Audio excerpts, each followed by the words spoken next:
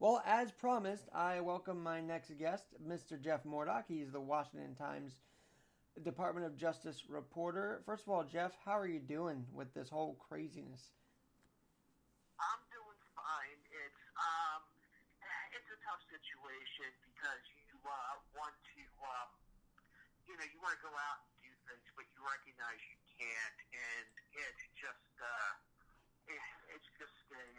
tough situation. How are you doing? Are you staying safe, and are you able to?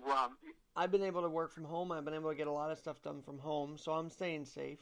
And because my immune system is a little more at risk than the normal person, I definitely want to take this with caution. But I also say those who may have had it, I don't know, I'm so mixed about this because I want reopening to happen too. It's like my personal situation, I still want us to still open up and still be able to, but we'll get there. But what has the guidelines been for the DOJ press briefings? Have you guys even been allowed in during this time? No, and I haven't been able to go to certain places. Like the Justice Department at the beginning, I know there was at least one attorney who had COVID-19, and they were kind of cleaning, so I kind of stayed out of the press room from there for a little bit. The Capitol, there wasn't much going on because lawmakers were all working from home. So, I kind of been forced to work from home because all the places I usually go, the courthouse, the Justice Department, the Capitol, etc., have all been closed. So how have you been able to cover it? Are you watching the TV, I guess, or how are they doing a call-in thing to the Attorney General? They're doing call-ins, like, for example, Bill Barr's press conference yesterday, which is what we'll talk about in a few minutes. He did that over the Justice Department. He did it as a live stream and then took call-in questions from reporters instead of, us all huddling on the seventh floor conference room of the Department of Justice and, him calling on us by raising our hands and stuff like that. So it was kind of interesting. I wanted to, when it was my turn to call in, begin my question with first time, long time, but I didn't know anybody would get the joke. So. Oh, you are a radio guy at heart, I guess, huh? I grew up listening to radio, so yeah. That's pretty awesome. So let's talk about yesterday. I mean, it's incredible that some news sources picked it up, some didn't. But what was the general deal with it? What was the purpose? Well, what Bill Barr came out and said is that he's looked at some of the stuff that U.S. Attorney John Durham has uncovered, or I should say, is looking into. Is a better way to put it. Looking into, and at this point, he does not expect criminal charges to be filed against either former President Obama or former Vice President Biden, which I think disappoints a lot of the Republicans and their allies. All right, and so what was your takeaway? I mean, what can we take away? Because also I know he kind of threw. They say he threw Trump, a rebuke. Is that true? Like, did he sort of push back on something Trump was doing? Well, what Bill Barr did, he pushed back because the president. He pushed back a little bit against the president because the president has been out there, saying on Twitter and telling reporters that Obama has committed a crime, and I think he's called it Obamagate. I don't remember his exact words, but he's made insinuations that it's a massive crime. But when reporters pressed Trump on what name the specific crime he committed, Trump seems to always dodge it. I know last week I think his response was, well, the crime he committed. He's never articulated exactly what he thinks Obama and Biden did.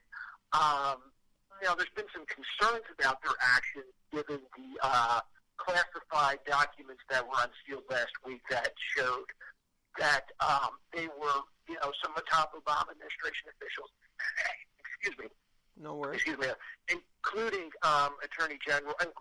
including Vice President Joe Biden sought to unmask Michael Flynn.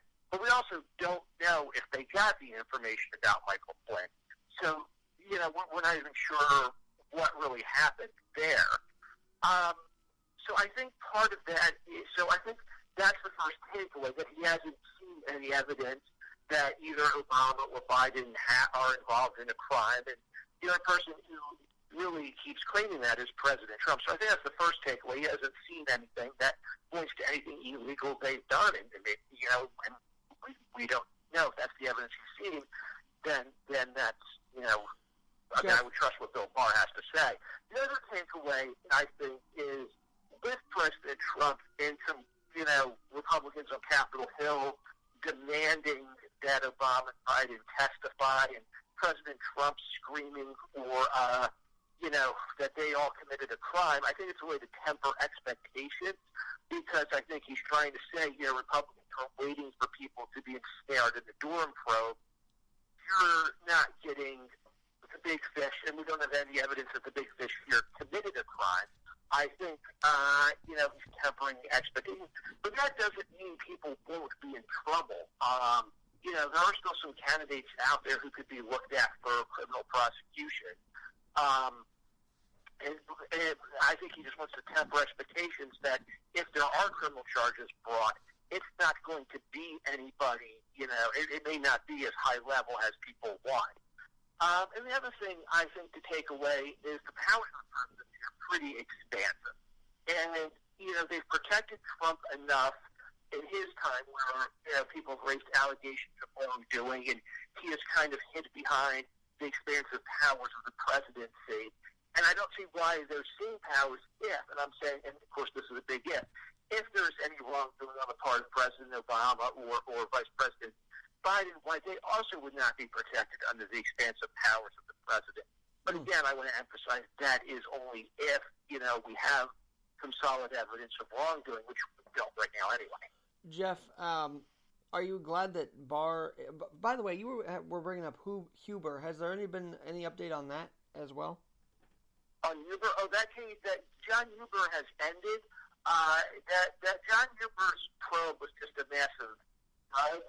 I'm not exactly sure. Nobody seems to be sure why that never resulted in anything. I guess at the end of the day, it was just a desperate plea by Jeff Sessions to try to mollify Republicans on the Hill who wanted the investigation. And he replaced him with Durham. It's almost the same thing as, changing a relief pitcher who's just getting shelved and bringing in a new guy, which is kind of what Bill Barr did with John Durham. Now, through the John Durham probe, there's quite a bit going on. We know that, he's going full throttle. We know he's looking at about people seeking to unmask Michael Flynn. We know he's looking at some of the wrongdoing in the Carter Page FISA. So there's a lot of stuff he's looking at, and by all accounts, that investigation is moving fast and furious at full speed ahead. Jeff, I've got to ask you this, though. Taking sort of the reporter hat off for a minute, how relieved are you as basically an American citizen that our Attorney General is not buying into what Trump's tweeting, that he's not going along with it, so to say, that he's still keeping an even ground at the State Department, which I think, at the Justice Department, which I think we need right now?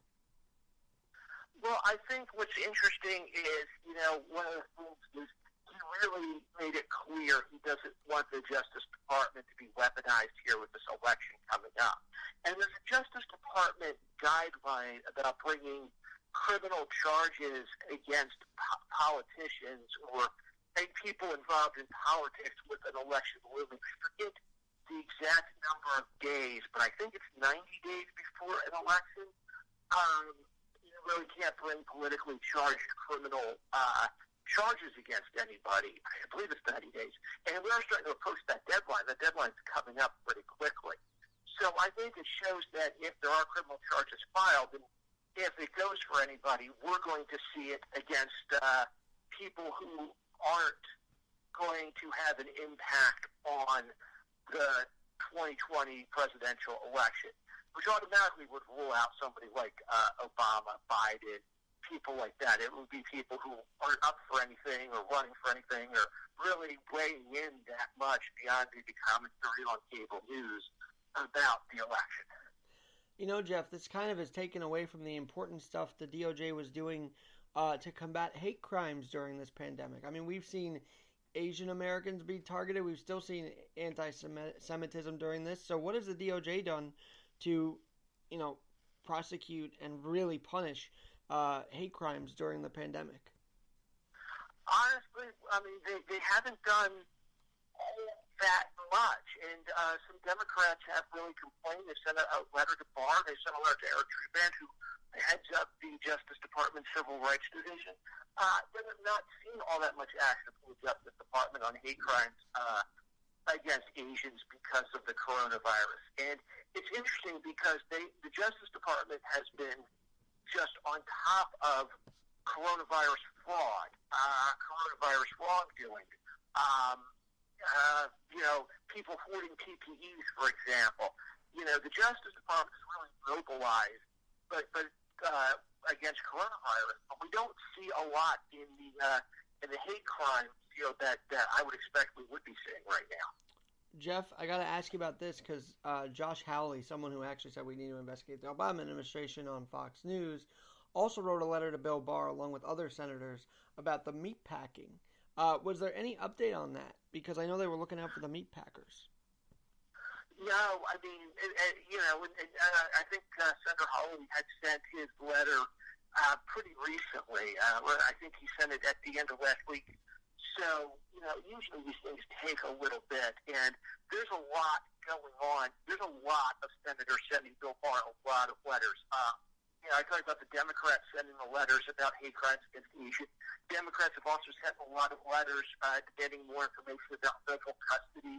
One of the things they're asking about is coronavirus, what the U.S. Marshal Service is doing to protect federal inmates, federal detainees when they're in their custody. And, most detainees aren't even in the U.S. Marshal's custody that long. So, Bill Barr's letters from politicians right now, all with their own time to bag. But focusing on the corona for a minute, have you seen progress on the way they've been punishing the hoarders and the other, I guess, maybe even well, theft really of property? It's something I wanted to actually talk a little more about. So I'm really glad you asked that question. They're doing a lot to go after these coronavirus, the hoarders, the people who are doing things. And one could almost make the argument some of these people are getting overcharged, or the Justice Department is looking to make an example of. And I'll give you a couple examples. There's a gentleman out in Nevada who is facing federal charges right now because he worked at a supply company. He grabbed some masks, a box of masks. It wasn't that expensive. It was under $20 retail value from the back of the truck for his own personal use. And now he's facing federal charges. I mean, this is almost the equivalent of somebody stealing a pen from the office supply captain. It's really, but under these times and under these circumstances, but for the coronavirus, now this man is, indicted on federal charges and may face a lengthy prison sentence. There's another guy in Atlanta who was very bitter about being fired from his company, allegedly, according to the criminal complaint, I should say. And he allegedly decided to delete shipping information as a way to strike back at his company. And normally that would just be a dispute between the employee and the company, and maybe he might face some state charges for that. But because his company was a medical supply business, he's now facing federal charges too. So we're seeing, I don't want to say it's an overreach, but we're certainly seeing the DOJ make an example out of people that they feel have committed a crime during this period, or at least accused of committing a crime during this period. And the other thing about that, there's not a lot of crime right now. Now, we know domestic violence is up a little bit, but we're not seeing the robberies. We're not seeing the white-collar crime. We're not seeing the federal crimes that we typically see. So there's also probably the argument that prosecutors are bored and looking, some of these, you've got to almost justify your job, and why not bring federal charges against these people? So I think it's kind of two-pronged there. As far as the hoarding goes, we in Brooklyn had someone who was arrested in Brooklyn. I don't know if they had a say in that decision as well, where there was a hoarder in Brooklyn. Did the DOJ get involved with that? Yes, the DOJ has been doing all this. Yes, and if I recall correctly, he was the gentleman in Brooklyn. He was allegedly hoarding, and then selling them at inflated prices, if I recall correctly. Yes. That case. But yes, all the coronavirus, I mean, they're all bringing these cases. And the Justice Department has even said if you have coronavirus and you cough on somebody, you could be facing a bioweapons charge, which is really only used to prosecute terrorists, that you may be prosecuted under a terrorist statute if you're doing it. So you really see the Justice Department's really, really set to try to go above and beyond here to try and keep law and order during the pandemic. Jeff, does it bother you that they aren't doing anything about the hate crimes? I mean, it kind of bothers me now that you mention it. It's something that the Justice Department should prioritize. There's no question about it. The Justice Department's stretched a little thin right now because I am sure you have lawyers who are, hampered because they're working from home. I mean, I have found working from home is like working with one hand tied behind your back. You've got, so I think that's an issue. You probably have some people who may be sick or taking care of a loved one who is sick.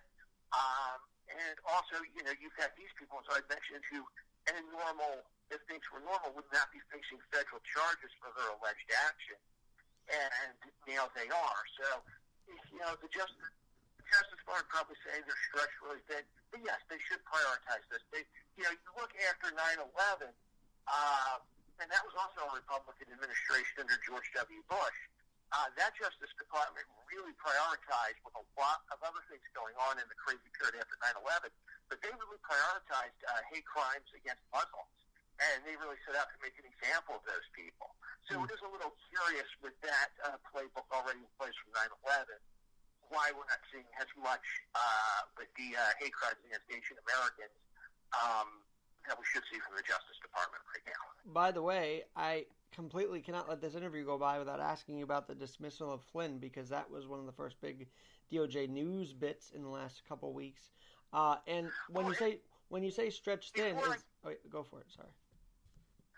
Before I answer your question on Flynn, I just want to say one more thing about hate crimes against Asian Americans. Is even to my point about, the Justice Department would say they're stretched a little thin right now. They did bring hate crime charges last week against a Missouri man who set fire to a Muslim prayer center. So the civil rights unit is certainly bringing hate crime charges right now. There's certainly no shortage of hate crimes. So it is a little curious that if they're taking that they're not, we're not seeing the big indictments for hate crimes against Asians. Hopefully in due time. Yes, I totally agree. Now, I'm sorry, to answer your question again about Flynn. It'll be real interesting to see what happens with General Flynn here. Judge Sullivan, who is the federal judge, seems very resistant to dropping the charges. He's appointed as federal judge who used to investigate the mob. To look into the Justice Department's argument and possibly consider if Flynn committed perjury or should be held in contempt for withdrawing his guilty plea. I think we're going to have more arguments on this in early to mid-June, and it'll be interesting to see where this goes. Okay. Love it. And one last thing, Jeff, got to ask you this. What's the preparation for the DOJ? Oh, and you said stretched thin. Before I get to that point, is that also including those that might be resigning because of all these political actions? Because there's that happening too, correct?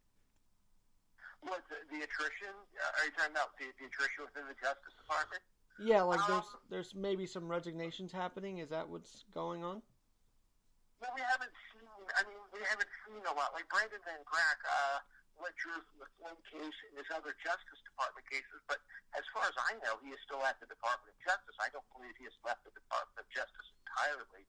I think we saw some attrition at the beginning when Trump's impressions first came in, especially people who didn't want to support Trump's immigration policy or their opposition to Obamacare.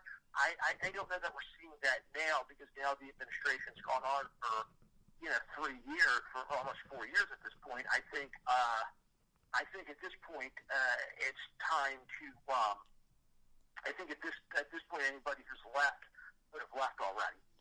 Jeff, I've got to ask you this. Is there Jeff Mordock of the Washington Times, thanks for joining us today, by the way. It's always great to talk with you and to get caught up with all this stuff, because it is stuff that should be talked about, because DOJ is in the news, not just because of Trump, but other stuff they're doing. So thank you for bringing that to light. But pandemic preparedness, I mean, there's going to be more crime on the rise as people continue to be locked in. Is the DOJ preparing for that? Well, where we're going to get the crime from is that the number of people who are being released under coronavirus would stop the spread of the coronavirus in local jails, and is resulting in the number of people being released who shouldn't be released. And this is a big problem. I've written about this extensively. There's cases where people have been let out, and the next day they murdered somebody. The next day there's a guy in Utah was released on a minor charge because to stop the spread of coronavirus in the jail, and he held a woman at gunpoint the next day. That's not a Justice Department issue because these are mostly local inmates, local people that are getting out. Are usually being held on state charges, state and local charges.